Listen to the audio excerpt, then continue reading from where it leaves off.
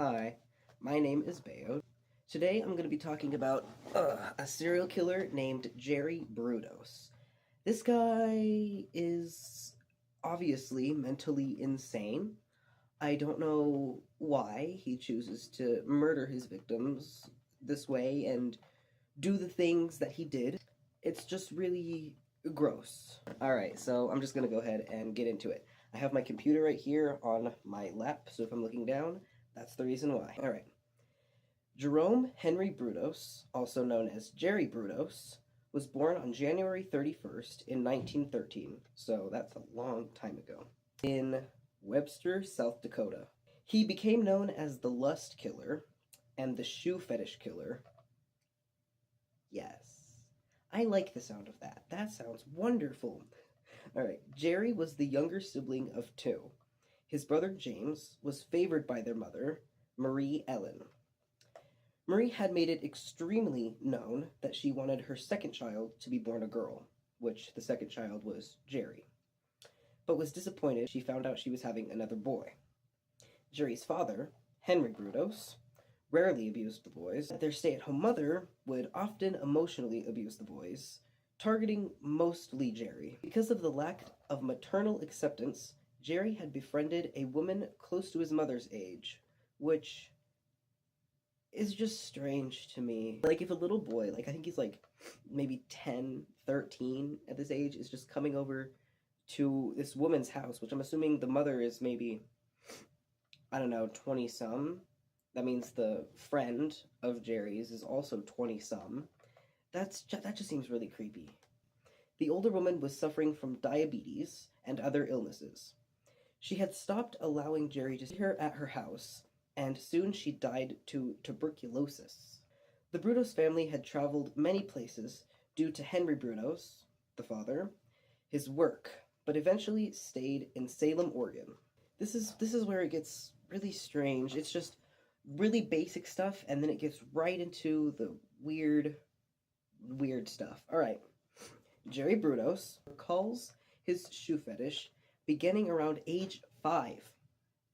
When he was 5, he had witnessed the teenage daughter of a family friend sleeping in her bed. Okay. The girl was wearing high-heeled shoes, and he attempted to pull the shoes off of the girl. She soon woke up and caught him. That's gross. I mean, at the time it could have been like, okay, that's really weird. But going down further into his history and what he ends up doing, that was a clear sign that he was going to be mentally messed up. When Jerry was in first grade, he had attempted to steal high-heeled shoes off of his teacher. When confronted by the teacher, he stated that he didn't know why he wanted to steal the shoes. The fact that he just tried to. It's very weird. At the age of 16, Brudos had brought a girl to his bedroom. Yippee! Jerry had exited the room, and when he re-entered, he was wearing a mask, holding a knife. That's extreme. That's really bad. That must have scared that girl, like, insanely. He then forced the girl to strip so he could take nude photos of her. After a minute, the girl had escaped Jerry's room. What I'm thinking is that this is the first time he's ever brought a girl into his room, and he decides to put on a mask and bring out a knife and force her to strip and take pictures of her. That's creepy. Jerry Brudos had developed a routine to how he kidnapped the girls, which that was a extreme jump from forcing that girl to strip to now he's kidnapping people. Okay, he had a routine to how he kidnapped the girls, who were usually his age or younger. Nice. And what he would do to them. Okay, so he had a routine for how he would kidnap them, who he would kidnap, and what he would do to them, which makes sense. That's usually how most serial killers go about doing things. There's always a routine. There's always some sort of similarity between the murders. He would kidnap them at knife point, force them into his family's barn, and store them in a corn crib. It's right here, which is basically a ventilated storage building for corn. And he would have the girls strip so he could take pictures of them. On a few accounts, he was said to trap the girls in the corn crib, leave for a few minutes, before coming back with a different clothing, different hairstyle, and he claimed that he was Ed, Jerry's twin brother. Now, from all the research that I've done, this guy doesn't have a split personality. He has nothing kind of like that where he thinks anything. He doesn't have a twin. He doesn't have a twin. There's nothing going on like that. So he just decided to pretend to be Jerry's twin brother. And here's the crazy part, the girls believed him that he was Ed. He would act as Ed and ask the girls if they were okay and make sure Jerry didn't hurt them.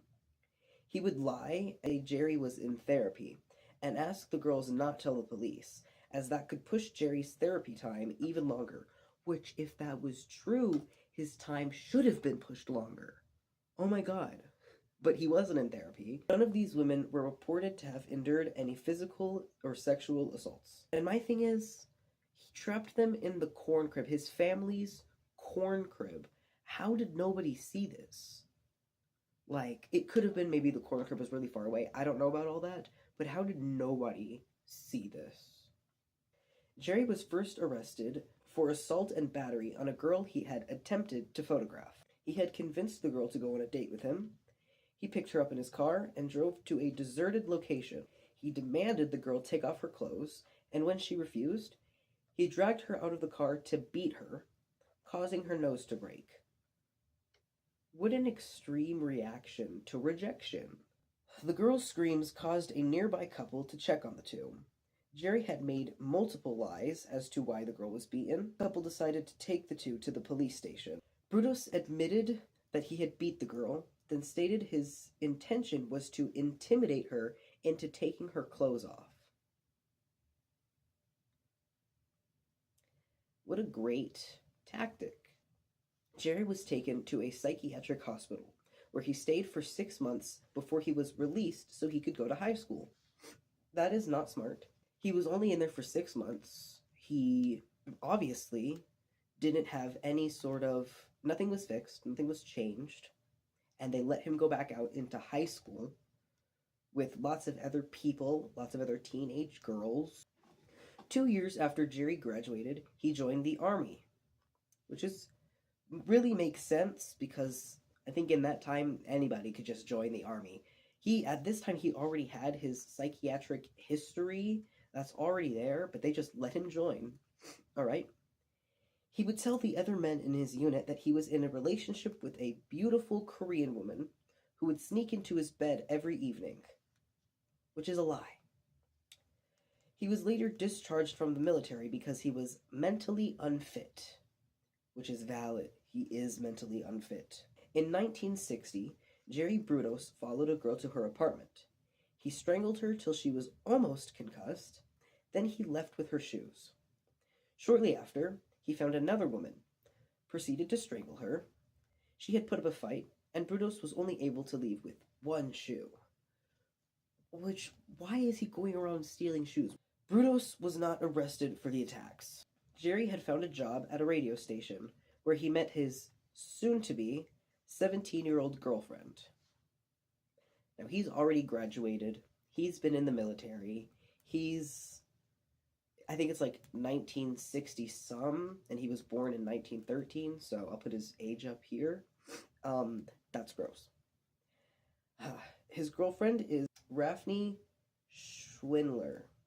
On September 30th, 1961, they got married. When they were married, they were already 1 month pregnant. Throughout the marriage, Brudos and Schwindler had 2 children, Teresa and Brian. All right. While Ralphine was pregnant with their first child, she had stopped participating in their common sexual activities. Their common activities included Brudos making her walk around the house naked, aside from a pair of high heels. You know, common stuff. Which caused Jerry to gain a lot of weight. So he's sad because she doesn't want to walk around the house in high heels because she's pregnant. So he gained weight. Makes sense. Because of the weight that Jerry was gaining, his body started to disgust his wife. When Ralphine was giving birth, Brudos saw a young girl with high heels and decided to follow her to her apartment. Your wife is giving birth, but you want to follow another girl to her apartment to try to take her shoes. Well, your son, daughter, I don't know who came first, is being born. Okay. He then strangled the girl unconscious. Jerry had stated that he initially did not intend on the girl, but after seeing her unconscious body, he did and left her apartment with her shoes in his hand. That's so gross to me. The thought that, oh, I didn't intend on doing this, but I just decided to afterwards. Ew. He was later arrested for stealing women's clothing a year later. Not arrested for not arrested for assault, not arrested for battery. No, stealing women's clothing. Between 1968 and 1969, so just a year, Jerry would go on to abduct and strangle 4 women. 3 counts of murders were done in the garage of his house, and the other one was done in his car. Each victim had to endure the same ritual that Brudos would do to them. Great, like I said, serial killers have a ritual, have a routine. It's what's comfortable for them, it's what they know that works. After the women were strangled, he would dress their body in different lingerie and high heels. He would put the bodies in suggestive positions before photographing them. Brudos would engage in necrophilia with the dead women, then mutilate their bodies. You know what? It doesn't even surprise me that he would do this, because there's already so much stuff that he's done. It does get worse. It's just really gross. Okay. He would keep certain parts of their bodies as a way of domination. All of the bodies were dumped in the Willamette River. I think that's how you pronounce it. Willamette River. Alright, so that was just some of the quick stuff, if you will. I don't know. But now we're getting on to the victims. There were 4 victims. 3 murdered in his garage, 1 murdered in his car. Alright. Linda Swalson was Jerry's first murder victim. Linda was a 19-year-old door-to-door saleswoman. Jerry first met Linda outside of his house when she mixed up the addresses to who she was trying to sell to. Jerry saw this as an opportunity to lure her to his basement, in which she followed. Jerry had led her to the basement, sat her on a stool, before bashing her in the head with a wood plank. Wonderful. That's great. He then manually strangled her to death. He then hid her body under the stairs that led to the basement. He asked his mother to take his daughter to get hamburgers so he could engage in necrophilia with Linda's dead body. He hid the body under the stairs of his house, where he shares with his 2 kids and his wife. Then he tells his mother to take his daughter, which I think now is the firstborn, his daughter's the firstborn, tells her to take his daughter to get hamburgers so he could engage in necrophilia with this dead body. The lengths that he goes to be gross is insane. Alright. Jerry had severed her left foot with a saw, then stored the foot in the family freezer, which is located in the basement, but the family freezer. Now, my thing again is, I keep saying that, my thing is, he stored it in the family freezer. Why? What part of your brain makes you think that? And how did nobody see this? Like, maybe it is the family freezer and nobody goes to it, but somebody had to go to it at once. Ew. Alright. He then bound the rest of her body and dumped her in the river, the Willamette River. Jan Whitney is the second victim. Jan was a 23-year-old motorist. Okay. Her car had broke down in the street, and Jerry saw that she needed it to be fixed. I forgot to mention, Jerry is a mechanic, which is very helpful because a lot of this stuff really goes into the fact that he's a mechanic, but that's very important to know. He's a mechanic. He said he would have to drive her back to his house so he could get his tools. Jan and her other passengers, which were hitchhikers that she had picked up, agreed to go along with him. Two of the hitchhikers were dropped off at their locations, leaving Jerry and Jan by themselves alone in his car. Jerry had asked Jan to describe how to tie a shoelace. So right now they're at his house in front of his garage, right? Car's turned off, everything's, He asked her to describe how to tie a shoelace with her eyes closed. Now, that doesn't sound weird to her? Guess not. She did it. And then Jerry snuck behind the passenger side and strangled her with a leather luggage strap. Yeah, saw that one. He then put her body in his car, carried her body to her garage so he can continue acts of necrophilia, which included dressing her body in different lingerie and shoes, part of his pattern, and then take photos of her, the rest of his pattern. Her body was left hoisted up from a pulley that Jerry had in his garage, which is so gross. Her body is just hanging there in the garage. His family is living there with him, and nobody goes into this garage. Nobody does that. It's just him and these bodies. This is the part where it gets gross. More gross. He had cut off one of her breasts, filled it with sawdust, then pinned it to a wooden board.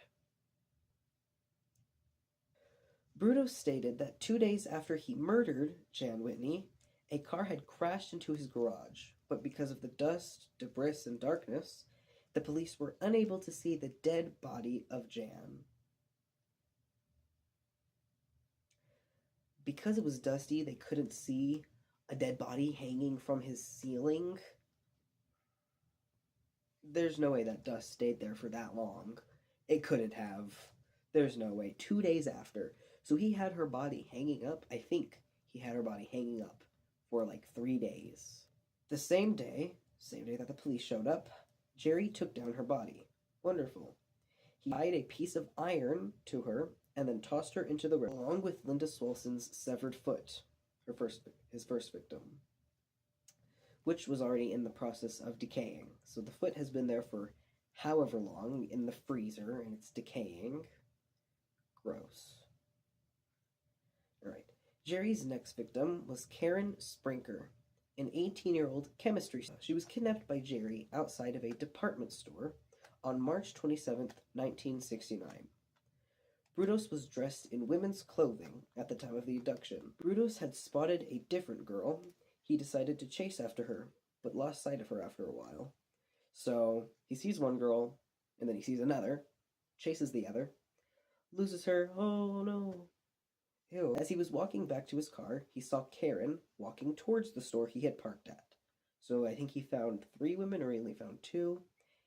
Either way, he found Karen Sprinker. Alright. Jerry pulled out a gun and forced her to come with him, which is different from his usual. Usually he has a knife on him, changing it up some, and asked her to keep him company while he was home. Ew. When they arrived at his home, Karen said Jerry could do whatever he wanted to her, just as long as he didn't kill her, which I think that is something that victims tend to do. Just, fight or flight, I think. He proceeded to rape her on the garage floor and have her pose in lingerie, still alive this time. I think she's the only one where he took pictures of her while she was alive first. All the other ones were dead. He then placed a rope around her neck and asked if it was too tight. After she said it was too tight, he tossed the other end of the rope across the ceiling beam and pulled it till she died. Mind you, she is 18 years old. After she was dead, he severed off one of her breasts so he could make plastic molds of them.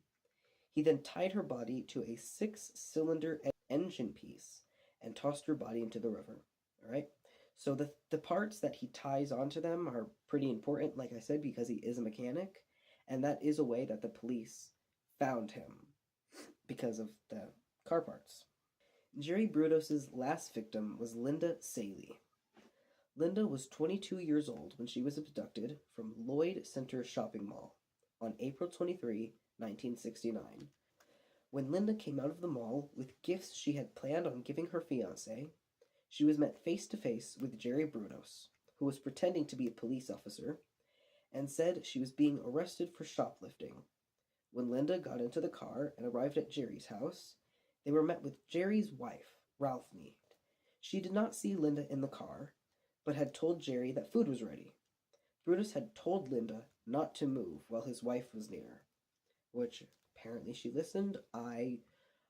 In that situation, I don't know if I would listen. I think I would probably scream for help. After Jerry was done eating, he went down to the basement to find Linda had freed herself from the restraints he had previously put on her. Jerry then went up and strangled her, as he does, with the same luggage strap that he used on Jan Whitney. I find that part so gross. I don't know why I find it so gross, but it's just so gross. After she was unconscious, he then manually strangled her, raping her body. Once she was dead, he hung her from the same pulley he used on his previous victims. So that's his routine. Kidnap, strangle them, put them in lingerie and high heels, hang them up, and then sometimes he'll cut off their foot or their breast, which, ew. But this one, he gets creative with this one. Hold on. He had placed a hypodermic needle in her rib cage and ran electricity in attempts to reanimate her body. After this did not work out, he soon gave up. Oh well, it didn't work. He had kept her body in his basement for 24 hours before getting rid of it by tossing it in the same river that the other two were in, the Winnemane River. I'm pretty sure I'm changing up how I say it each time. Alright, so that's the last murder victim, and now we're just getting on into the rest of it. Alright. 2 fishermen had discovered the body of Linda Saley, who I believe was his first victim. The body of Linda Saley floating in the Long Tom River on May 10th, 1969.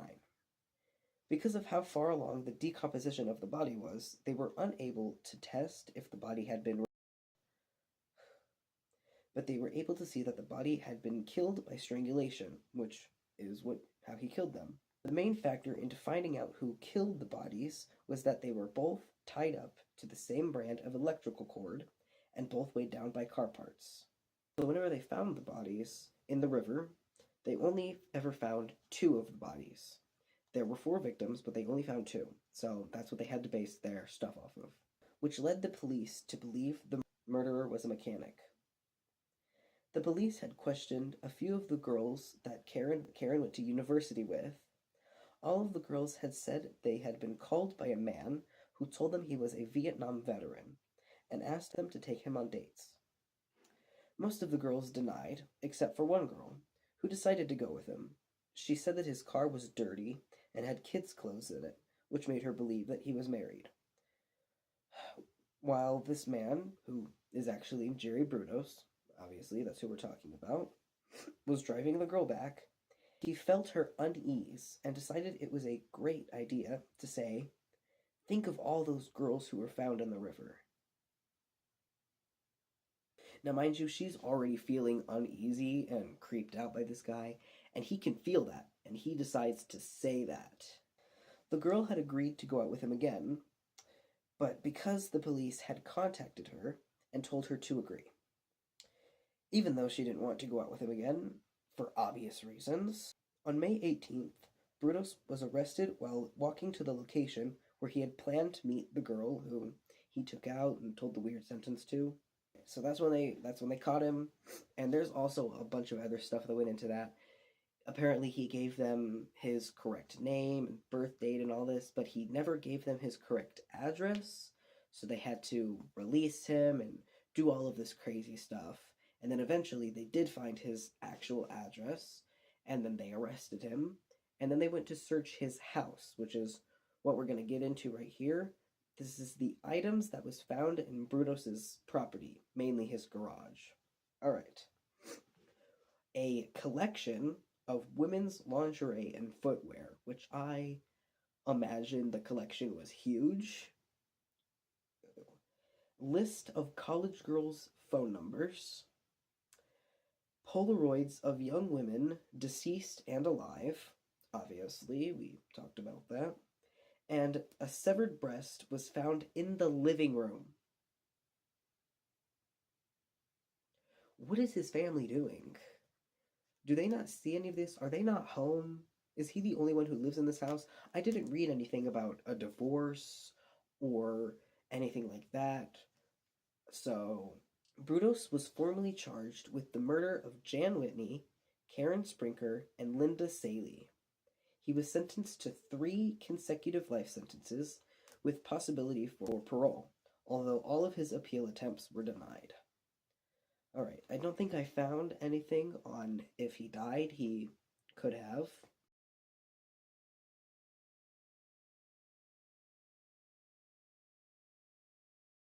Alright, while I was researching this guy, it was just very strange. Now I read a lot of serial killers and murder mysteries and all this. They all tend to have the same common stuff. The only parts about his story that really surprised me was really the fact that he cut off one of the girl's breasts, filled it with sawdust, and pinned it to a wooden board. That part grossed me out. And the fact that he cut off another girl's foot, put it in the family freezer, and then has another severed breast in the living room. Ew. And the fact that he discovered his foot fetish at age 5. What? Oh my god.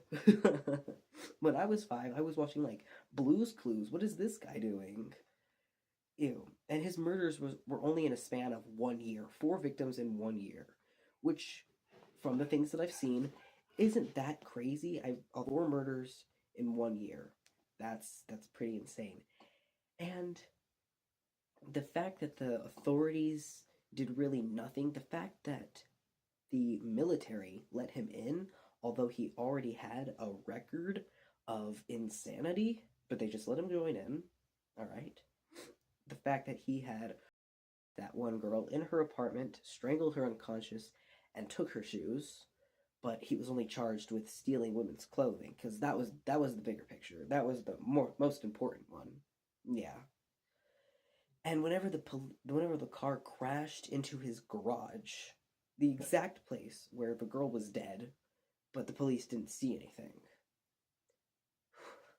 That is just all insane to me.